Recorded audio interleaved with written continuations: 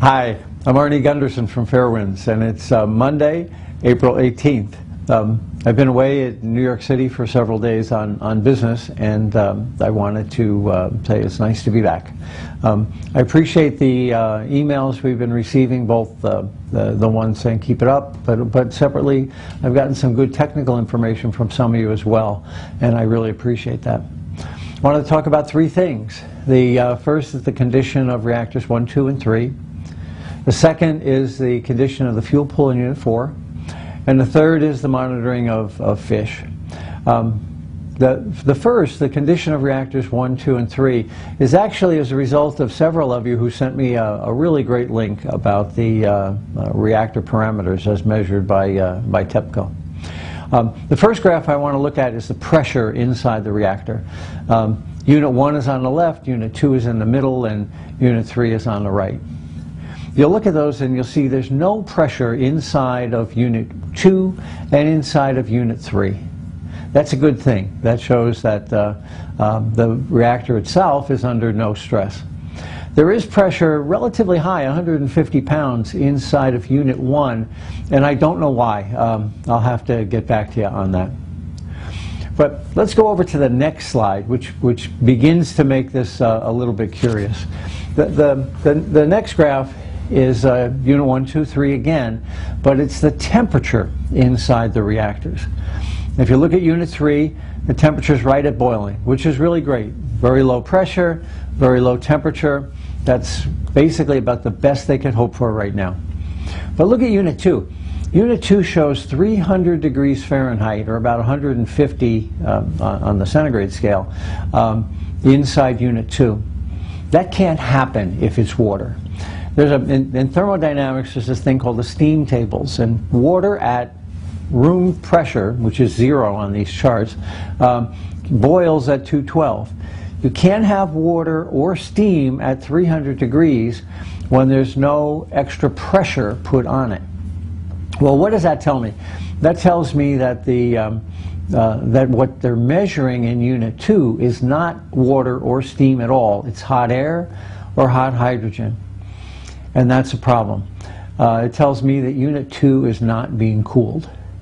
Now, if you look at Unit 1, the temperatures are higher still, but the pressure in Unit 1, going back to the other graph, is high also. So it can have water inside it and still be water cooled, but Unit 2 cannot.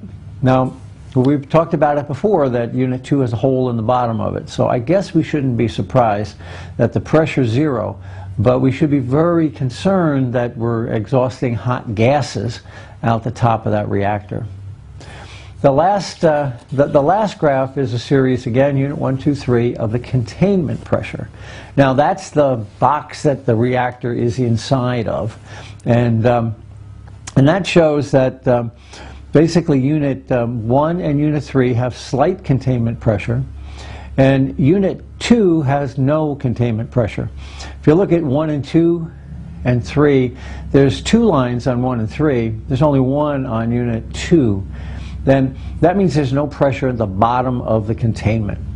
We know that to be true because there's evidence of an explosion causing a leak. So this graph clearly shows that Unit 2's containment is leaking. The previous 2 graphs show that Unit 2 is not getting water inside the core.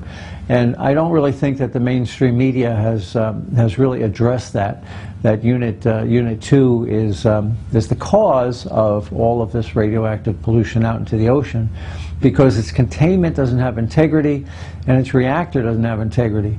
So whatever water is going in the top is going out the bottom through the containment and into the surrounding soils. It's the biggest concern. Unit 3 seems to be out of the woods, and Unit 1 is somewhere in between. Now I want to talk to you about the Unit 4 fuel pool.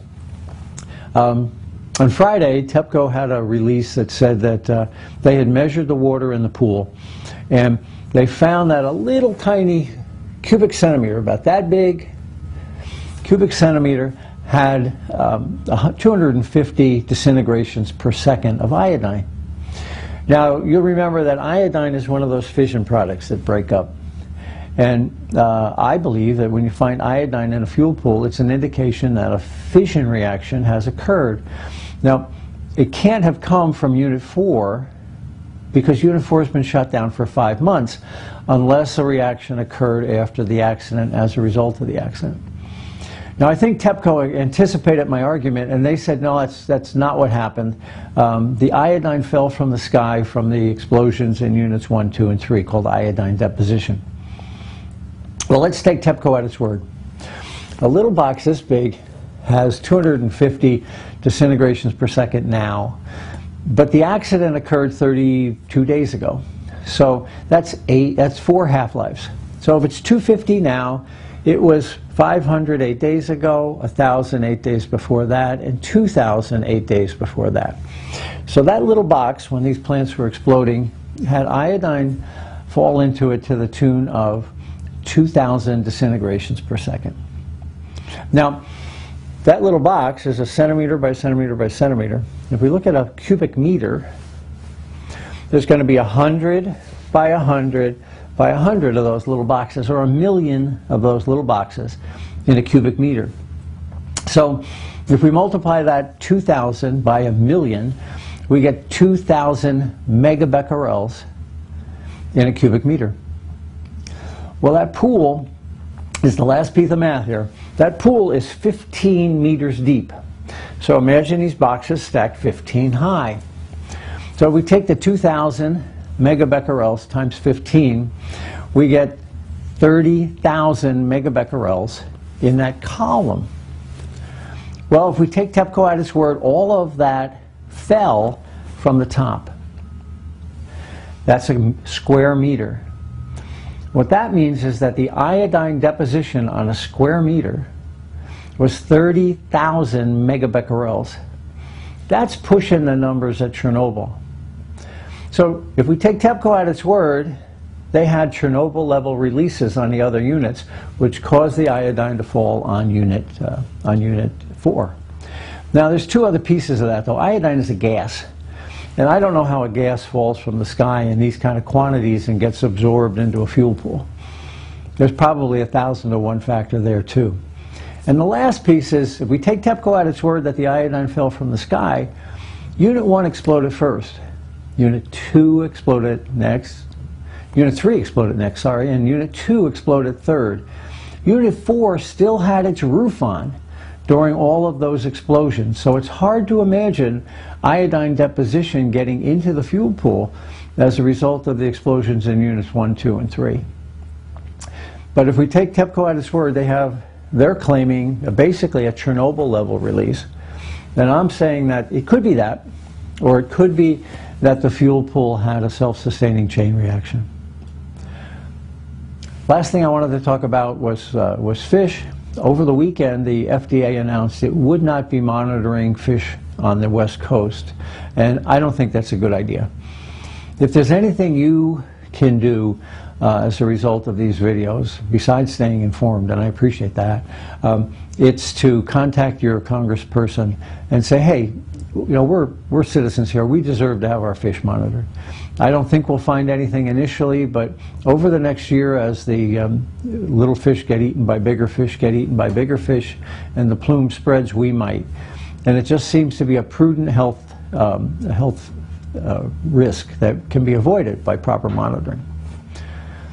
Well, thank you, and thank you for everyone for their emails, and for those of you who have pushed the donate button, I also appreciate it. I'll get back to you as soon as I have other information to share. Thanks.